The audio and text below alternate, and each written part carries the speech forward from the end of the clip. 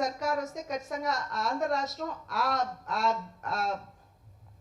కష్టమైనటువంటి పరిస్థితుల నుండి బయటపడి అభివృద్ధి పదంలో ముందుకు వెళ్ళేటువంటి అవకాశం ఉంటుందని ఇవాళ చూసినట్లయితే ఇక్కడ కూడా ప్రజలు ఆ పాలనకి స్వస్తి చెప్పాలి, మంచి పాలనని తీసుకురావాలనేటువంటి ఆలోచనతో ఎన్డీఏ కూటమి ఏ విధంగా భారతదేశానికి సుపరిపాలన అందిస్తుందో అదేవిధంగా ఆంధ్ర రాష్ట్రానికి కూడా అందించేటువంటి అవకాశం ఉంటుంది అనేటువంటి ఆలోచనతోటి ఆంధ్ర రాష్ట్రంలో కూడా ఎన్డీఏ కూటమికి ప్రజలు పట్టం కట్టారు, ఆశీర్వదించారు.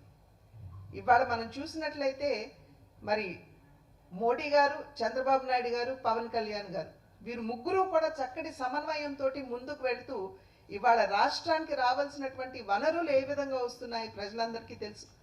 ఆగిపోయినటువంటి పోలవరానికి 15,000 కోట్లు ఇచ్చారు.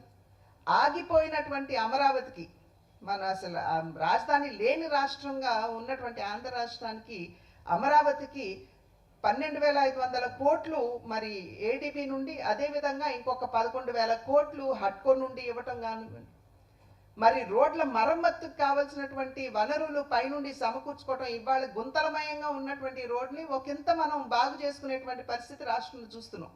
ఇది ఎందుకంటే కేంద్రం ఇచ్చినటువంటి సహకారం. పంచాయతీరాజ్కి 4,800 కోట్లు కేంద్రం ఇచ్చింది. అది కాకుండా ఇంకొక 7,200 కోట్లు ట్యాక్స్ డెవల్యూషన్లో ఇచ్చింది. ఇవాళ చంద్రబాబు గారు ముఖ్యమంత్రిగా వెళ్ళి మా రాష్ట్రం ఇంత ఇబ్బందులు ఉంది, మాకు ఇది కావాలి అని అడిగిన వెంటనే అర్థం చేసుకుని సహాయం చేయడానికి ఇవాళ కేంద్ర ప్రభుత్వం సన్నద్ధంగా ముందుకు వస్తున్నటువంటి పరిస్థితి మనం చూస్తున్నాం. నిన్న మనం ఒక కార్యక్రమం చూసాం. చంద్రబాబు గారు నిన్న P4 కార్యక్రమం ముఖ్యమంత్రి గారు ప్రారంభించారు. ఆ కార్యక్రమం యొక్క ఆలోచన లక్ష్యం ఏమిటంటే పేదరిక నిర్మూలన. భారతీయ జనతా పార్టీ పేదరిక నిర్మూలనకి కట్టుబడి ఉన్నది.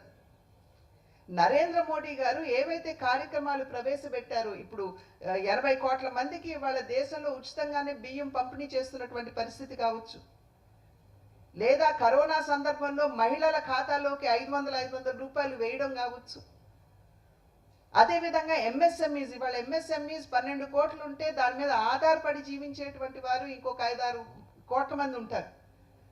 ఎంఎస్ఎంఈలకు ఇచ్చేటువంటి సహకారం కావచ్చు. అదేవిధంగా టాప్ 5 కంట్రీస్, మొన్న చంద్రబాబు గారు ఏమన్నారు, చాలా ఉన్నత స్థాయిలో ఉన్నటువంటి వారందరూ కూడా కింద పేదరికంలో ఉన్నటువంటి వారికి చేయూతను అందివ్వాలి అనేటువంటి లక్ష్యం ఈ కార్యక్రమం వెనుక ఉన్నది అని చెప్పి వారు చెప్పారు.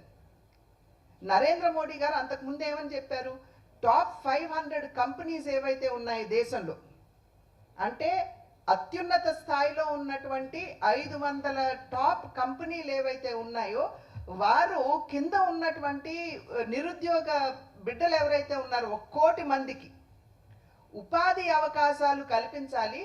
ప్రభుత్వం ఉపాధి అవకాశాలు కల్పిస్తున్నటువంటి సందర్భంలో ప్రభుత్వం 5,000 రూపాయలు ఆనరేరియం ప్రతి నెల ఆ బిడ్డలకి ఇస్తుంది. దానికి ఇంకొక 5,000 రూపాయలు కంపెనీలు జతపరిచి వారు ఆ బిడ్డలకి ఇచ్చి వారిని ఎంప్లాయ్ చేసుకోవాలి అని చెప్పి నరేంద్ర మోడీ గారు ఈ కార్యక్రమాన్ని తీసుకొచ్చారు. అంటే పైన టాప్ 500 కంపెనీస్ అని నరేంద్ర మోడీ గారు ఏవైతే అన్నారో అదేవిధంగా ఇక్కడ కింద చంద్రబాబు గారు మరి రాష్ట్రంలో ఉన్నటువంటి ధనికులు వారందరూ కూడా కింద ఉన్నటువంటి బిడ్డలకి చేయూతనివ్వాలి అని చెప్పి వారిచ్చినటువంటి పిలుపు కనుక ఈ రెండు, పైన కేంద్ర ప్రభుత్వం కావచ్చు, కింద రాష్ట్ర ప్రభుత్వం కావచ్చు, సమాంతరంగా ఏదైతే కేంద్ర ప్రభుత్వ ఆలోచన, నేను ఇందాక చెప్పాను మోడీ గారు టాప్ 500 కంపెనీస్ అన్నారు, ఇక్కడ చంద్రబాబు గారు టాప్ ధనికులు అని చెప్పి వారు చెప్పడం జరిగింది. ఈ రకంగా సమాంతరంగా వెళుతూ రాష్ట్రాన్ని అభివృద్ధి పదంలో నడిపించడానికి వారు చేస్తున్నటువంటి విషయాన్ని మనం అందరం కూడా గమనించాలి. అదేవిధంగా నేషనల్ హైవేస్ కింద కూడా దగ్గర 1,20,000 కోట్ల రూపాయలు గడ్కరీ గారు మన రాష్ట్రానికి ఇచ్చారు. ఇప్పుడు విజయవాడ వెస్టర్న్ బైపాస్ ఏదైతే ఉందో దానికి కూడా వాళ్ళ శ్రీకారం మనం చుట్టుకోవడం జరిగింది. ఇవన్నీ కార్యక్రమాలు జరుగుతున్నటువంటి సందర్భంలో ఖచ్చితంగా ప్రజలు గమనిస్తూ భారతీయ జనతా పార్టీని, నరేంద్ర మోడీ గారి నాయకత్వాన్ని ఆశీర్వదించడానికి సన్నద్ధంగా ఉన్నారు అని చెప్పి మేము విశ్వసిస్తూ కింద ఇవాళ